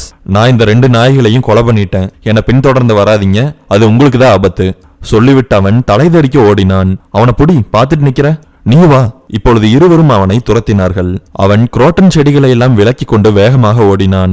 இவர்களுக்கு மிகவும் கடினமாக இருந்தது. ஒரு நொடியில் அவன் எதிர்பார்க்காத நேரத்தில் ஃபவுண்டைனில் காலை வைத்து வழுக்கி உள்ளே விழுந்து விட்டான். டே, அவன் மாட்டிக்கிட்டான். அவனை போய் பிடிச்சா மட்டும் போதும். அவர்கள் அது மிகவும் சாதாரணமான வேலை என்றே நினைத்தார்கள். 2 இளைஞர்கள் சேர்ந்து ஒருவனை அழுத்த முடியாதா? இப்படி நினைத்து கொண்டே அவனை நெருங்கினார்கள். ஒருவன் ஒரு கையை பிடித்துக் கொண்டான், மற்றொருவன் காலை பிடித்துக் கொண்டான். ஒரே நேரத்தில் கையையும் காலையும் முறுகிக் கொண்டு கொலைகாரன் எழுந்தான். இருவர் தலைகளையும் பிடித்து மோதவிட்டான். ஃபவுண்டைன் தண்ணீருக்குள் இருவரும் கத்தியபடியே விழுந்தார்கள். அதற்குள் அவன் எழுந்து ஓடி காம்பவுண்டு சுவரை தாண்டி தன் வண்டியில் ஏறி தப்பித்து விட்டான். குடும்பத்தில் இருந்தவர்கள் வந்தார்கள். அந்த கோரமான சம்பவத்தை பார்த்தார்கள். அதன் பின்பு சத்தம் வந்த திசையில் 2 பையன்களும் தண்ணீரில் கிடப்பது தெரிந்தது. 2 தலைகளிலிருந்தும் ரத்தம். 2 நாய்களையும் 2 இளைஞர்களையும் அவர்கள் வெவ்வேறு மருத்துவமனைக்கு அழைத்து சென்றார்கள். அம்மா, நாய் இறந்துருச்சுன்னு சொல்றாங்க. எந்த நாயி? 2மே தான். பசங்களுக்கு ஒன்னும் ஆகல. இல்ல, இன்னும் டாக்டர் வந்து எதுவும் சொல்லல. அம்மா, நீ வீட்டுக்கு போன் பண்ணியா? எதுக்குடா? இந்த 2 நாயும் கொலை பண்ணிட்டாங்கன்னா அப்ப அங்க அலறி அடித்து கொண்டு வீட்டிற்கு அழைத்தார்கள். இல்லம்மா, அப்படியெல்லாம் எதுவும் இல்ல, எல்லாம் நார்மலா தான் இருக்கு. நீங்க எதுக்கும் அவ கூடயே இருங்க. அவ என்ன பண்றா? தூங்கிட்டாமா? அவளோட ரூம் வாசல்லையே இருங்க. டிரைவரை நாயை பாத்துக்க சொல்லுங்க. ரொம்ப முக்கியம், 2 பேருமே அசந்தராதீங்க. சரிங்கம்மா. அம்மா, நம்ம போலீஸ்கிட்ட சொல்லலாமா? வேணாண்டா. வேணாமா? ஒருத்த வந்து நம்ம பசங்களை அடிச்சு போட்டுட்டு போயிருக்கான், நாய்களை கொலை பண்ணிருக்கான். நம்ம போலீஸ்கிட்ட சொல்லாம இருந்தா எப்படி? ஒரு தடவை போலீஸ் உள்ள விட்டோம்னா அவங்க அடிக்கடி உள்ள வருவாங்க. அவங்கள பழக்கப்படுத்த கூடாது. நாம தான் எந்த விதமான தப்பு செய்யலையே. இருந்தாலும் இதெல்லாம் நம்மளுக்கு அவமானம்டா. நம்மளோட சேஃப்டிக்காக தான் நான் சொன்னேன். வேணாண்டா, ஒரு பிரச்சனையும் இனிமேல் வராது, அதுக்கு நான் கேரண்டி. சரிம்மா, நீங்க சொன்ன சரியாதான் இருக்கும். மருத்துவர் வெளியே வந்தார். யாரு இவங்களை அட்டாக் பண்ணது தெரியல, அவன் ஓடிட்டான். யாரா இருந்தாலும் ரொம்பவுமே ஹார்ஷா ஹேண்டில் பண்ணிருக்காங்க. கொஞ்சம் விட்டுருந்தா இவங்க உயிருக்கே ஆபத்தாயிருக்கும். அது எப்படி டாக்டர்? 2 தலைதான மோதிக்கிச்சு. குடும்பத்தில் இருந்த ஒருவர் கேள்வி கேட்டார். 2 கண்களோட சைடுல இருக்கிற பகுதியில் இருக்கிறது இம்பார்ட்டன்டான பிரஷர் பாயிண்ட். அங்க பயங்கரமான பிரஷர் ஏற்பட்டுச்சுன்னா அந்த இடத்துல அடிபட்டவங்க இறந்து போறதுக்கு கூட வாய்ப்பு இருக்கு. கடவுளே, இவங்களுக்கு எதுவும் ஆகலையே? இல்ல, எதுவும் ஆகல. ஆனா அவங்க நல்லா டீப் ரெஸ்ட் எடுக்கணும். அவங்க லேசா கில்லரை பார்த்து பயந்துட்டாங்கன்னு நினைக்கிறேன். கில்லரா? யாரு? ஒரு டாக்டருங்கிற முறையில அவங்க என்கிட்ட எல்லா விஷயத்தையும் மறைக்காம சொல்லிட்டாங்க. 2 இளைஞர்களும் அடுத்த நாள் காலை வீட்டிற்கு வந்தார்கள். நடந்த சம்பவத்தை எல்லாம் விளக்கி வாங்கி வந்த 3 நாய்களில் மிச்சம் இருக்கும் நாயை திரும்பவும் கொடுத்து விடலாம் என்று குடும்பமாக சேர்ந்து தீர்மானித்தார்கள். அதை வளர்த்து வந்த பெண்ணும் வேறு வழி இல்லாமல் ஒப்புக்கொண்டாள். நாய் திருப்பி தரப்பட்டது. காரணம் கேட்டபோது காரணம் சொல்லாமல் மறுக்கப்பட்டது. அதன் பின்பு வெகு நாள் கழித்து வேறு நாய்கள் வாங்கப்பட்டன. அந்த நாய் வாங்கியதிலிருந்து எந்த விதமான பிரச்சனையும் கிடையாது. எல்லாம் சாதாரணமாகவே போனது. வேற என்ன நீங்க தெரிஞ்சுக்கணும்? ஏன் அந்த நாயை நீங்க ரிட்டர்ன் கொடுத்துட்டீங்கன்னு நான் கேட்க மாட்டேன். நீங்க சேஃப்டிக்காக அப்படி பண்ணீங்கிறது புரியுது. நீங்க ரீசனை சொல்லிருக்கலாமே. எங்களுக்கு என்னமோ அதுல விருப்பம் இல்ல. நாயை கொடுக்கணும்னு தோணுச்சு, கொடுத்துட்டோம். நான் அந்த பசங்க கிட்ட பேச முடியுமா? அவங்கள வெளிநாட்டுல இருக்காங்க. Okay ma'am, thanks for the information. Iron hands detectives தானே? ஆமாங்க மேம். உங்களை எப்படி கான்டாக்ட் பண்றது? என்னோட நம்பரை நோட் பண்ணிக்கோங்க. ஏதாவது கேஸ் இருக்கா மேடம்? இருக்கு, நான் இன்ஃபார்ம் பண்றேன். ஆனா இது சம்பந்தமா கிடையாது. சரிங்க மேம், ரொம்ப லேட் பண்ணிடாதீங்க. கேஸை சால்வ் பண்றது கஷ்டமான வேலையாயிரும். Okay, I understand. 3 நாயையுமே கொலை பண்ணிட்டான். ஆனா எதுக்காக குட்டி நாயை கொலை பண்றதுக்கு மட்டும் 1 வருஷம் எடுத்துக்கிட்டான்? ஒருத்தங்களோட பீச் ஹவுஸ்க்கு வந்து நாயை கொலை பண்ற அளவுக்கு இருக்கிறவன் அந்த குட்டி நாயையும் நினைச்சிருந்தா ட்ரேஸ் பண்ணி கொலை பண்ணிருக்கலாமே, ஏன் பண்ணல? 1 வருஷம் கழிச்சு பண்ணிருக்கான். அடுத்ததான் என்ன பண்றது? எங்க போய் விசாரிக்கிறது? பெட் ஷாப் ஓனரோட கடையில சிசிடிவி கேமரா இல்ல. அப்படியே இருந்திருந்தாலும் இது 1 வருஷத்துக்கு முன்னாடி நடந்த சம்பவம். அதோட ஃபுட்டேஜஸ் எல்லாம் இன்னுமா இருக்கும். இங்கேயோ நம்ம சில விஷயங்களை மிஸ் பண்றோம். தேடி தேடி ஒருத்தன் நாயை கொலை பண்ணிருக்கான். இந்த கொலைகள் இதோட நின்னா பரவாயில்ல. மனுஷனோ மிருகமோ உயிர் ஒண்ணுதானே. பேசாம அனிமல் வெல்ஃபேர்ல இந்த போட்டோஸ் அனுப்பிச்சு ஏதாவது கேட்டு பார்த்தா நம்மளுக்கு தகவல் கிடைக்கிறதுக்கு வாய்ப்புகள் இருக்கு. உயிரோடு இருக்கிற நாய்க்கு ஆபத்துன்னு சொல்லி காமிச்சா அவங்க கொஞ்சம் இறங்கி வந்து ஹெல்ப் பண்ணுவாங்க. இறந்து போன நாயோட போட்டோ எடுத்துட்டு போய் காட்டுறது லாஜிக்கலான விஷயமே கிடையாதே. இப்போ ஒரு நாயை யாரோ துன்பப்படுத்துறாங்கன்னு வச்சுக்கலாம். அந்த நாயை நம்ம போட்டோ எடுத்து அந்த பிராணியை காப்பாத்துங்கன்னு சொல்லி நம்ம அனிமல் வெல்ஃபேர்ல சொல்லலாம். அவங்க வந்து அதுக்குண்டான ஸ்டெப்ஸ் எல்லாம் எடுப்பாங்க. நாய் இறந்து போச்சு, இதை பத்தி உங்களுக்கு ஏதாவது தெரியுமான்னு கேட்க முடியும். ஒரு மனுஷன் இறந்து போனதுக்கு அப்புறம் அதோட மர்டர் மிஸ்டரி சால்வ் பண்றதை விட இது கஷ்டமான கேஸா இருக்கும் போலயே. டிராபிக்கில் நின்று கொண்டிருந்த அனுஷ்காவின் காரை இருசக்கர வாகனம் இடிப்பது போல் கடந்தது. வர வர இவங்களுக்குள்ள டிரைவிங் சென்ஸே இல்ல. போலீஸ் கிட்ட போகாம இந்த விஷயத்த முடிக்கலாம்னு பார்த்தா முடிக்க முடியாது போலயே. இந்த ஜோன்ல யார் இன்ஸ்பெக்டர்? அங்க போய் பாத்துக்கலாம். காவல் நிலையம் மிகவும் பரபரப்பாக இருந்தது. அவர்கள் ஏதோ முக்கியமான வேலையில் இருக்கிறார்கள், அவர்களை துன்புறுத்த வேண்டாம் என்று அனுஷ்கா காவல்துறையிடம் பேசும் யோசனையை விட்டுவிட்டாள். தன்னுடைய ஹெட் ஆபீஸிற்கு தொடர்பு கொள்ளலாம் என்று அவள் நினைத்தாள். Agent Anushka, IHAG 10. சொல்லுங்க ஏஜென்ட், நீங்க டாகோட கேஸை ஹேண்டில் பண்ணிக்கிட்டு இருக்கீங்கிறது எனக்கு தெரியும். உங்களுக்கு என்ன தகவல் அல்லது ஹெல்ப் தேவைப்படுது? இதே மாதிரி இந்த ஜோனுக்குள்ள வேற ஏதாவது கேஸ் இருக்கான்னு எனக்கு தெரியணும். இருங்க, லைன்ல இருங்க, நான் பார்த்துட்டு சொல்றேன். மறுபக்கத்தில் இருந்த பெண் வேகமாக பார்த்துவிட்டு அப்படி எதுவும் இல்லை என்று சொன்னாள். ஓகே, ஏதாவது தேவைன்னா நான் கூப்பிடுறேன். இப்பொழுது அடுத்து என்ன செய்ய போகிறோம் என்ற கேள்விக்குறி அவளை வந்து மோதியது. ஒரு அபார்ட்மெண்ட்டுக்குள்ள ஈஸியா வந்துட்டு போக முடியாது. பேசாம வாட்ச்மேன் கிட்ட விசாரிச்சா? தேவையில்லாம நம்ம கேஸ்ல சுத்தி சுத்தி வரோம். வாட்ச்மேனை விசாரிச்சா அவர் என்ன சொல்ல போறாரு? எதுவும் பார்க்கலைன்னு சொல்ல போறாரு, இல்ல பார்த்தாலும் ஆள் தெரியலைன்னு சொல்ல போறாரு. அந்த வண்டியை வச்சுதான் நம்ம ஏதாவது பண்ணணும். திரும்பவும் ஹெட் ஆபீஸிற்கு அழைத்தாள். சொல்லுங்க, உங்களுக்கு என்ன தகவல் தேவை? நான் இருக்கிற ஜோன்ல போலீஸ் ஸ்டேஷன்ல நம்மளுக்கு ஹெல்ப் பண்ற மாதிரி கான்ஸ்டபிள் யாராவது இருக்காங்களா? இருக்காங்கன்னு நினைக்கிறேன். உங்களுக்கு என்ன தேவைப்படுது? WA பைக், ஃபீனிக்ஸ் மாடல், பழைய மாடல். இந்த வண்டி இன்வால்வ் ஆன கிரைம்ஸை பத்தி எனக்கு தெரியணும். நான் விசாரிச்சு சொல்றேன். இல்லைன்னா நீங்களே நேர்ல போய் பாருங்க. அவங்க ரொம்ப பிஸியா இருக்காங்க. அதனாலதான் யாராவது உள்ள இருந்து நம்மளுக்கு ஹெல்ப் பண்ண முடியுமான்னு நான் கேட்டேன். நீங்க அவரை போய் பாருங்க, நான் போன் பண்ணி பேசிடுறேன். 2 நிமிடம் கழித்து திரும்பவும் ஹெட் ஆபீஸ்ல இருந்து அழைப்பு வந்தது.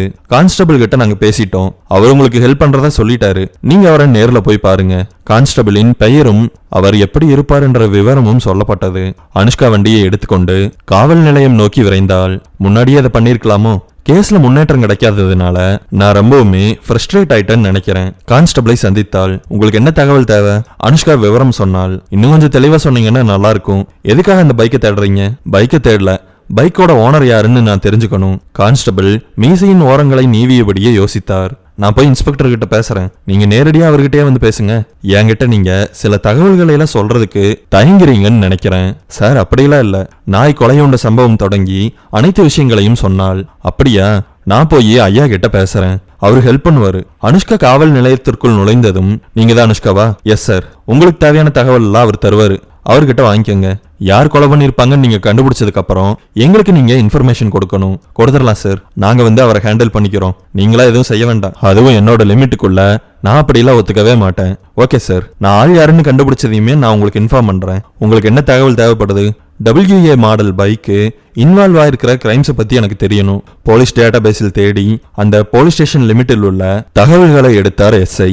நீங்க சொன்ன கிரைட்டீரியால 7 கிரைம்ஸ் இருக்கு. சிலது ஆக்சிடென்ட் கேஸ். அந்த வண்டியெல்லாம் இந்நேரத்துக்கு இருக்கிற இடம் தெரியாம போயிருக்கும். வேற என்ன சார் கேஸ் இருக்கு? ஒரு வண்டியை திருட போனப்ப புடிச்சிட்டாங்க, அந்த வண்டி நீங்க சொன்ன மாடல்ல இருக்கு. அடுத்து இன்னொரு கேஸ் இருக்கு. இது ஒரு தெஃப்ட் கேஸ். ஒரு வீட்டுல திருடிட்டு போனவன் இந்த பைக்கை யூஸ் பண்ணதா சொல்லி சம்பவத்தை நேர்ல பார்த்தவங்க ஸ்டேட்மெண்ட் கொடுத்திருக்காங்க. சார், இது கவனிக்கப்பட வேண்டிய விஷயம். எனக்கு நம்ம அப்படி தோணல. எதுக்காக இது ரொம்ப இம்பார்ட்டன்ட்னு சொல்றீங்க சார்? மத்ததெல்லாம் நார்மலான கிரைம்ஸ். நான் தேடிக்கிட்டு இருக்கிற ஆளு ரொம்பவுமே முரட்டுத்தனமானவன். நார்மலா வாழ்ந்துகிட்டு இருக்கிற மக்களை விட கொஞ்சம் புத்திசாலியானவன். நான் அவனை ரவுடியா இருக்க மாட்டான்னு கன்ஃபார்ம் பண்ணேன். ஆனா அவன் ஒரு திருடனா இருப்பாங்கிறது ஏன் எனக்கு தோணல? நீங்க சொன்னதை வச்சு பார்க்கும்போது நீங்க போய் விசாரிச்ச 2 இடத்துலயுமே எந்த விதமான திருட்டு நடக்கல. அதனால உங்களுக்கு இந்த 3 நாயையும் கொலை பண்ணது திருடுங்கிற யோசனை உங்களுக்கு வரல. Correct sir. இப்ப என்ன பண்ணலாம் சார்? அதுல வண்டி நம்பர் ஏதாவது மென்ஷன் ஆயிருக்கா? இல்ல, நான் படிச்சு பார்த்துட்டேன். ஆனா இதை வச்சுக்கிட்டு என்ன பண்ணுவீங்க? உங்களுக்கு முதல்ல மாதிரியே ஒருத்தன் கொலை பண்ணிட்டு போயிட்டான். அவனோட வண்டி, அதோட மாடலு, அதை தவிர எதுவும் தெரியாதே. அவன் திருடனா இருக்கிறதுக்கு வாய்ப்பு இருக்குங்கிற விஷயம் அடிஷனலா தெரிஞ்சிருக்கே சார். அதை வச்சுக்கிட்டு என்னால முடிஞ்சதை பண்றேன் சார். சார், நான் ஒரு 2 நிமிஷம் தனியா பேசணும். Take your time. Thank you sir. Thank you so much.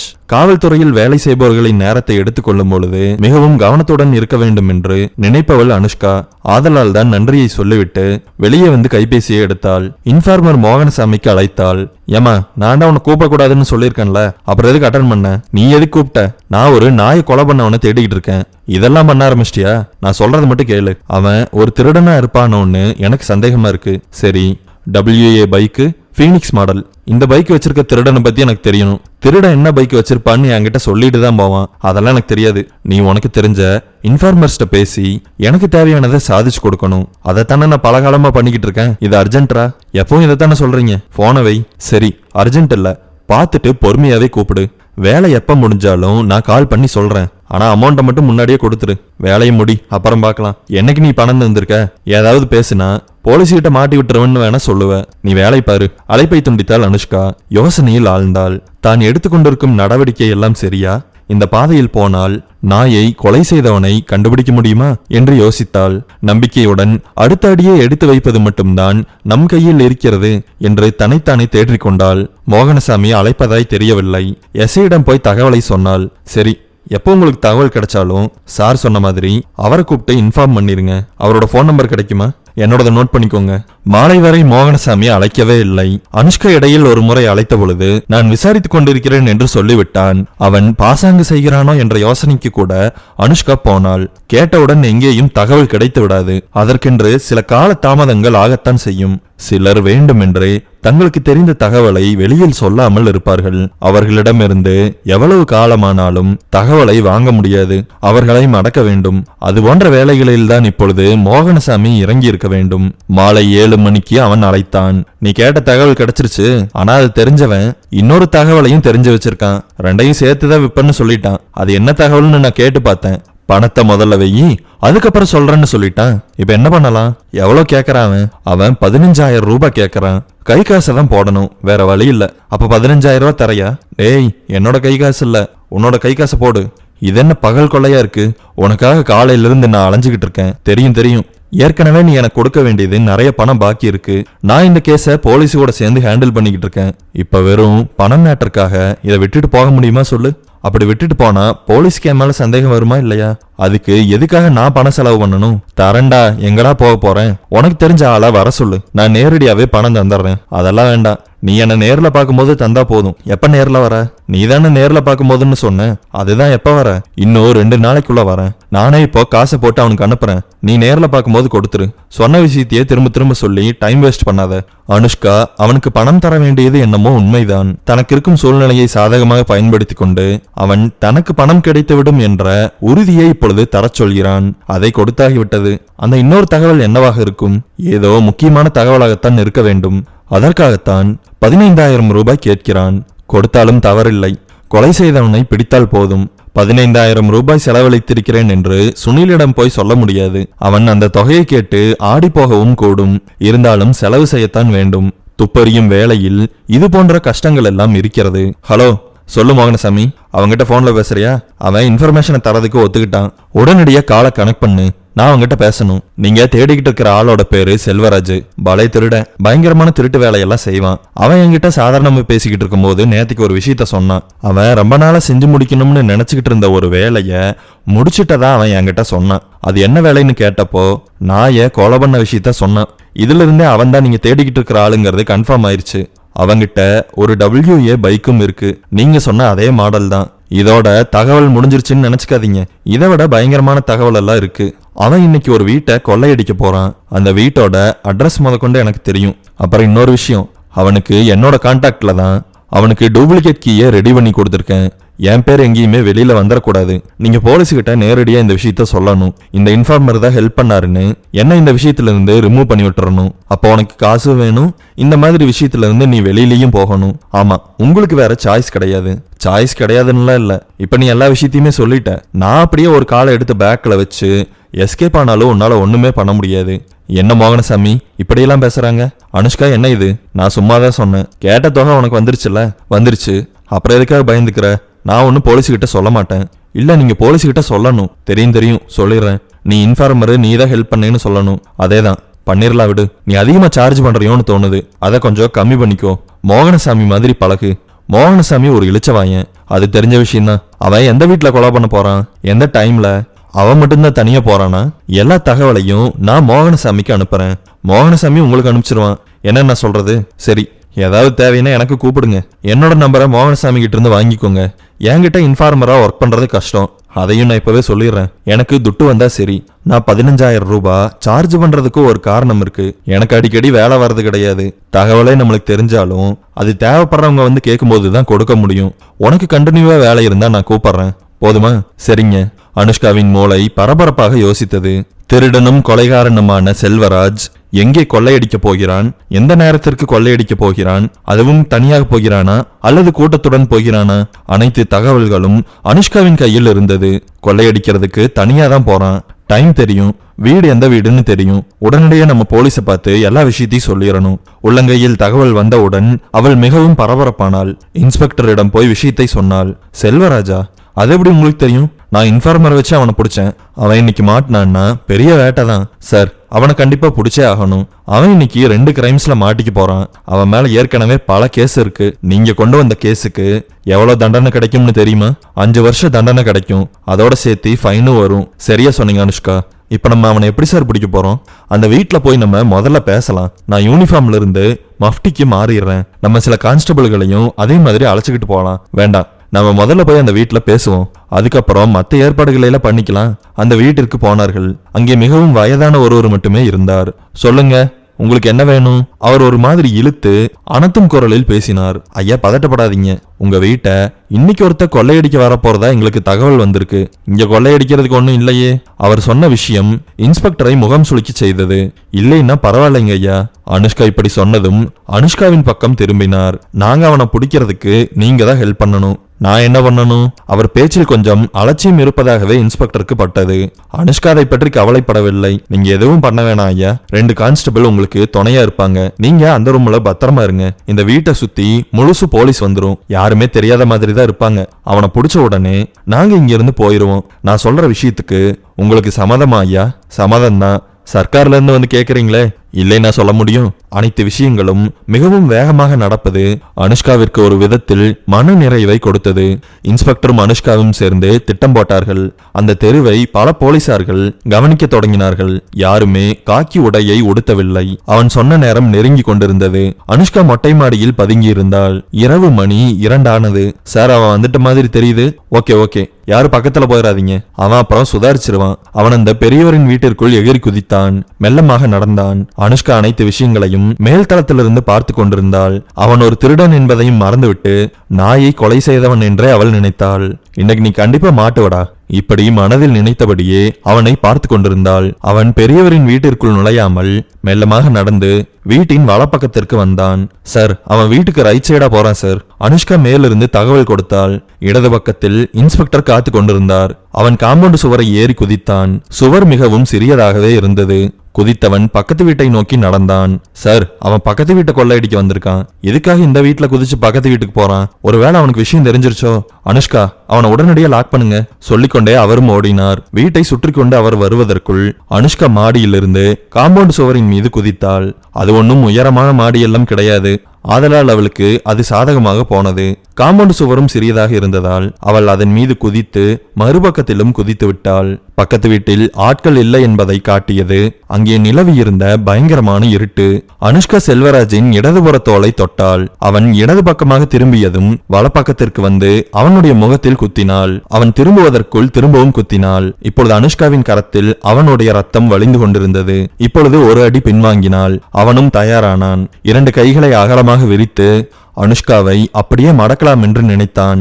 அதற்கு பிடி கொடுக்காமல் அனுஷ்கா குனிந்தாள். எதிர்பார்க்காத நேரத்தில் தன்னுடைய தலையால் அவனுடைய வயிற்றில் இடித்தாள். அந்த எதிர்பார்க்காத வேகமான பலமான அடி அவனை ஒரு நிமிடத்திற்கு கதிகலங்க செய்தது. அவன் உறுதியாக இருக்கிறான் என்பதை அவன் உடலில் மோதிய அனுஷ்கா புரிந்து கொண்டாள். இப்பொழுது அவனை சுற்றி கொண்டு அவனுக்கு பின்புறமாக வந்தாள். கைகளை கத்தி போலாக்கி அவனுடைய பின்னங்கலத்தில் வெட்டினாள். இப்பொழுது இன்ஸ்பெக்டரும் காம்பவுண்ட் சுவர் ஏறி குதித்தார். இப்பொழுது அவன் அவள் பக்கம் திரும்பினான். டேய் முட்டி போடு, இப்படி சொல்லிக்கொண்டே தன்னுடைய கைத்துப்பாக்கியை தூக்கி கொண்டு வேகமாக வந்தார் இன்ஸ்பெக்டர். அதையெல்லாம் அவன் காதில் போட்டுக்கொள்ளவில்லை. அனுஷ்காவின் கழுத்தை பிடித்து விட்டான். அனுஷ்கா அழகாக சிரித்தாள். அவனுடைய இறுக்கம் கூடிக்கொண்டே போனது. மூச்சு விட முடியாமல் சிரமப்பட்டாலும் கை முஷ்டியை மடக்கி அவனுடைய முகத்தில் சிரித்து கொண்டே பலமாக தொடர்ந்து குத்தினாள். அவன் இன்னொரு கையால் அனுஷ்காவை அடிக்கலாம் என்று நினைத்த பொழுது கழுத்தை பிடித்திருந்த கையில் அனுஷ்கா ஒரு தட்டு தட்டினாள். அது மர்ம தட்டாக இருந்திருக்க வேண்டும். உடனடியாக அவன் கைகளை உதறிக்கொண்டான். அடுத்த ஒரு நொடி அனுஷ்கா செய்த விஷயம் மிகவும் பயங்கரமாக இருந்தது. செல்வராஜின் அகலமான தொடையில் இடக்காலை ஊன்றி காற்றில் பறந்து தன்னுடைய முழு சக்தியையும் முஷ்டிக்கு கொண்டு வந்து அவனுடைய முகத்தில் ஓங்கி குத்தினாள். அவன் வீட்டின் பக்கமாக விழுந்தான். அனுஷ்கா காம்பவுண்ட் சுவரின் பக்கமாக விழுந்தாள். காவல்துறையினர் வந்து செல்வராஜை சூழ்ந்து கொண்டார்கள். அவன் கைது செய்யப்பட்டான். அவன் இப்பொழுது முகத்தில் பல பேண்டேஜுகளுடன் அமர்ந்திருந்தான். சொல்லு, எதுக்காக 3 நாயை கொலை பண்ண? நான் கொலை பண்ணலையே, நீதான் கொலை பண்ணீங்கிறதுக்கு என்கிட்ட ஆதாரம் இருக்கு. இன்ஸ்பெக்டர் தேவையில்லாமல் இல்லாத விஷயத்தை இருக்கிறது என்று சொன்னார். அதுக்கெல்லாம் வாய்ப்பே இல்ல. இருந்திருந்தா நீங்க 1 வருஷம் என்ன விட்டுருப்பீங்களா? அவரை மடக்கும்படியாக கேள்வி கேட்டான் அவன். ஆதாரம் இல்லைங்கிற தைரியத்துல பேசுறியா? அனுஷ்கா கேள்வி கேட்டாள். ஆமா, நீ நாயை கொலை பண்ணிட்டு வெளியில கிளம்பி போனப்போ உன்னை நேரடியா பார்த்த சாட்சிகள்லாம் இருக்காங்க. அது போதும் உன்னை அரெஸ்ட் பண்ணி உள்ள வைக்கிறதுக்கு. இப்ப சொல்லு, எதுக்காக கொலை பண்ண? நான் கொலை பண்ணல. என்னைக்கு ஒரு குற்றவாளி தான் செஞ்ச குற்றத்தை அவ்வளோ ஈஸியா ஒத்துக்கிட்டு இருக்கான்? என்ன நடந்திருக்கும்னு என்னால இப்ப கணிக்க முடியுது. அத உன்னோட வாயாலேயே சொல்லிரு. எனக்கு எதுவுமே தெரியாது. அவன் பெரிதாய் வளர்த்து வைத்திருந்த தாடியை நீவி கொண்டான். எப்படி உங்களால் என்னை மடக்க முடியும் என்ற திமிரில் அவன் பேசிக் கொண்டிருந்தான். நீ அந்த நாய்ங்களையில கொலை செய்யல? இல்ல. ஆமா, அதையெல்லாம் செய்யறதுக்கு பலம் தேவை. உன்ன மாதிரி ஆளாலையில முடியாது. நீ என்கிட்ட அடி வாங்கின ஆளு தானே? அனுஷ்கா அவனை வெறுப்பேற்றுவது போல் பேசினாள். உங்ககிட்ட வேணா நான் அடி வாங்கியிருக்கலாம், ஆனா பலமான ஆள் இல்லைன்னு சொல்லாத. அப்ப நீ தான் அந்த நாய்ங்களையில கொலை பண்ண? இல்ல. சரி, உன்னை ஒத்துக்கி வைக்கிறதுக்கு என்கிட்ட ஒரு டெக்னிக் இருக்கு. உன்னோட டெக்னிக்கெல்லாம் என்கிட்ட வேலையாகாது. நான் தான் செஞ்சேன்னே வச்சுக்கோ. அதை உன்னால ப்ரூஃப் பண்ண முடியாது.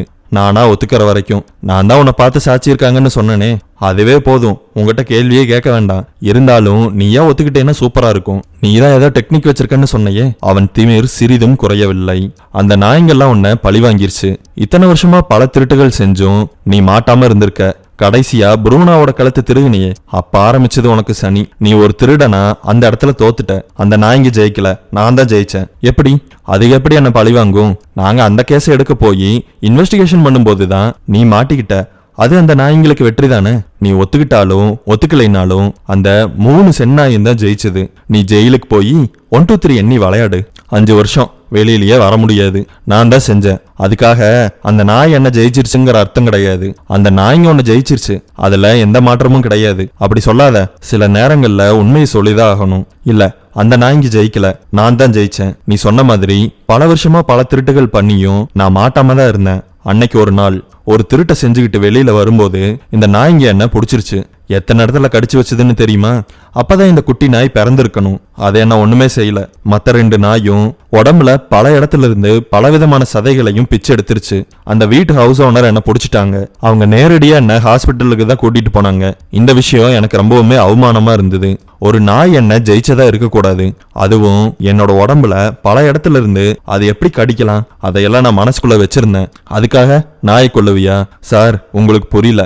பல வருஷமா ஒரு தொழில்ல கன்னு மாதிரி இருந்துட்டு ஒரு நாய்கிட்ட ஏமாந்து பாருங்க, ரத்த சிந்தி பாருங்க. அப்பதான் இந்த வழி என்னன்னு புரியும். என்ன பண்ணேன்னு சொல்லு. ஒரு நாய்கிட்ட நம்ம தோத்து போக கூடாதுன்னு நான் முடிவு பண்ணேன். நான் அதே வீட்டுக்கு திரும்ப போனேன். அந்த நாய்ங்களை கொலை பண்ணலான்னு ட்ரை பண்ணப்போ வீட்டு ஹவுஸ் ஓனர் பாத்துட்டாங்க.